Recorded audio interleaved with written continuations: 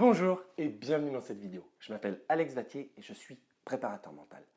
Aujourd'hui, on va voir ensemble tout simplement à quoi sert la préparation mentale pour les athlètes. Dans un premier temps, ce qu'on pourrait faire, c'est la définir. Eh bien, dites-vous que c'est l'art d'accompagner un athlète dans l'atteinte d'un ou de ses objectifs sportifs et ou personnels. On pourrait me répondre, c'est le rôle d'un entraîneur, c'est le rôle d'un coach. Eh bien, oui et non.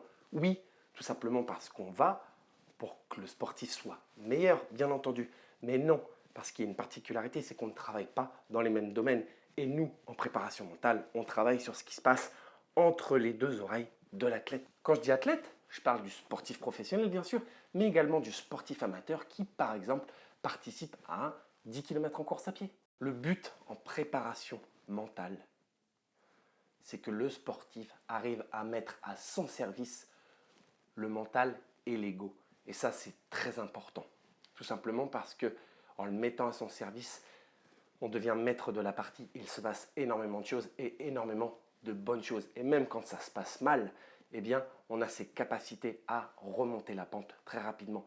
A contrario, et dans la plupart des cas que je rencontre, c'est que c'est le mental qui est le maître. Et le sportif est déboussolé et ne comprend pas pourquoi il n'arrive pas à passer un cap. Le préparateur mental a plusieurs casquettes. Il est clarificateur, formateur, cadreur, révélateur, soutien affectif et même parfois confident.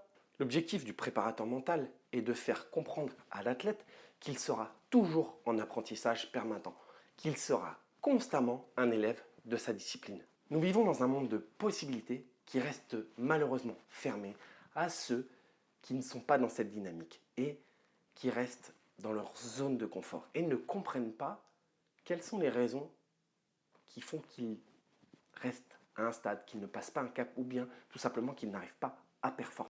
En préparation mentale, on aborde la notion d'apprentissage en deux points. Le premier, c'est le champ d'expérience sur lequel on va bâtir cet apprentissage. Et le deuxième point, eh bien, on va le faire sous l'angle du plaisir.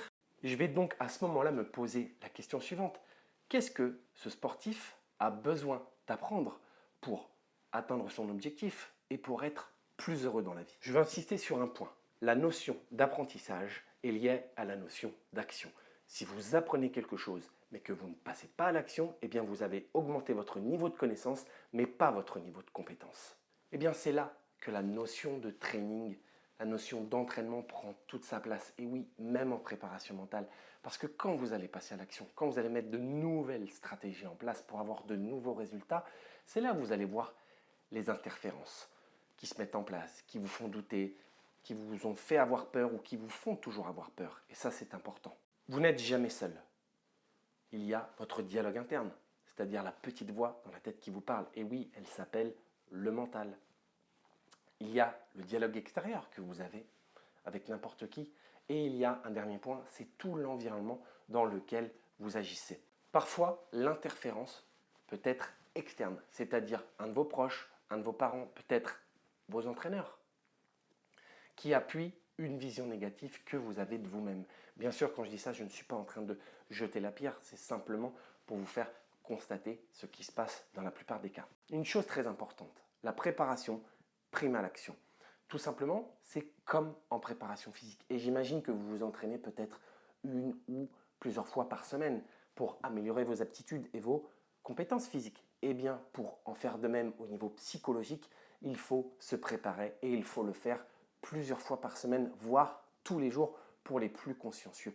Et oui, le cerveau, c'est comme un muscle et mal entraîné, il peut y avoir des dégâts dévastateur. Ce que je veux vous dire, c'est qu'en vous préparant mentalement, vous allez pouvoir dégager ces interférences pour laisser votre plein potentiel et devenir vous-même le jour des compétitions qui sont importantes pour vous. Ainsi, vous pourrez être naturellement vous-même et c'est à ce moment-là que vous deviendrez performant.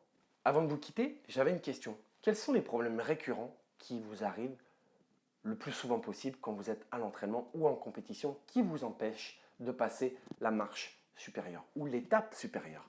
Mettez ça dans les commentaires, n'hésitez pas, dites-moi ce que vous avez pensé de la vidéo, likez-la, partagez-la et je vous dis à très bientôt. Ciao!